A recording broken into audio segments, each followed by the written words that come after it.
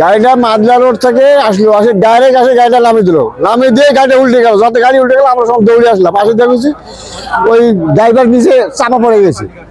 হ্যাঁ, একটু সিরিয়াসলি গেলে আসো বাইরে, আসো বাইরে, সবাই মিলে ধরো। হ্যাঁ, সেনারা আসো ধরে লাস্টে বাস টাস নিয়ে এসে চারে লাস্ট আমার ছেলেটা বার করলো। দিনাজপুরের ফুলবাড়ী উপজেলা এলাকায় নিয়ন্ত্রণ হারিয়ে বালুবাহী ট্রলি খাদে পড়ে চালকের মৃত্যু হয়েছে।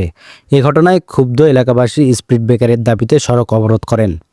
বৃহস্পতিবার 5 মার্চ সকাল 8টার দিকে উপজেলার 5 নম্বর খয়েরবাড়ি ইউনিয়নের মুক্তারপুর এলাকায় এ দুর্ঘটনা ঘটে। 35 বছর বয়সী নিহত মোহাম্মদ রাসেল সোনার রংপুরের বদরগঞ্জ উপজেলা 12 নং কুতুবপুর ইউনিয়নের বাসিন্দা মোহাম্মদ জাহাঙ্গীর আলমের ছেলে। পরিবার ও স্থানীয় সূত্রে জানা যায়, রাসেল সোনার নাগেরহাট এলাকা থেকে বালু ভর্তি ট্রলি নিয়ে ফুলবাড়ির দেশমা এলাকায় বালু নামিয়ে ফেরার পথে মাদিলা ফুলবাড়ি সড়কের মুক্তারপুর এলাকায় পৌঁছালে ট্রলিটি নিয়ন্ত্রণ হারিয়ে খাদে পড়ে যায়। এ সময় তিনি ট্রলির নিচে চাপা পড়েন। স্থানীয়রা দ্রুত এগিয়ে এসে ট্রলির নিচ থেকে তাকে উদ্ধার করলেও ততক্ষণে তিনি মারা যান। প্রত্যক্ষদর্শীরা বলেন, সড়কটির ওই অংশটি দীর্ঘদিন ধরে ঝুঁকিপূর্ণ হিসেবে পরিচিত।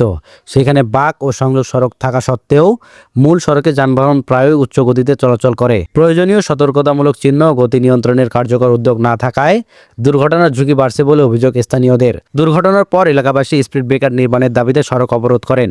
খবর পেয়ে উপজেলা নির্বাহী কর্মকর্তা আহমেদ হাসান ঘটনাস্থলে উপস্থিত হয়ে স্পিড ব্রেকার নির্মাণের আশ্বাস দিলে অবরোধ তুলে নেওয়া হয়।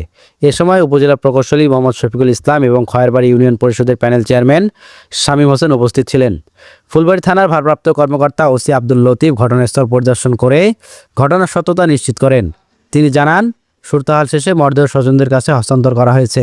এ ঘটনায় সড়ক পরিবহন আইনে মামলা প্রক্রিয়াধীন।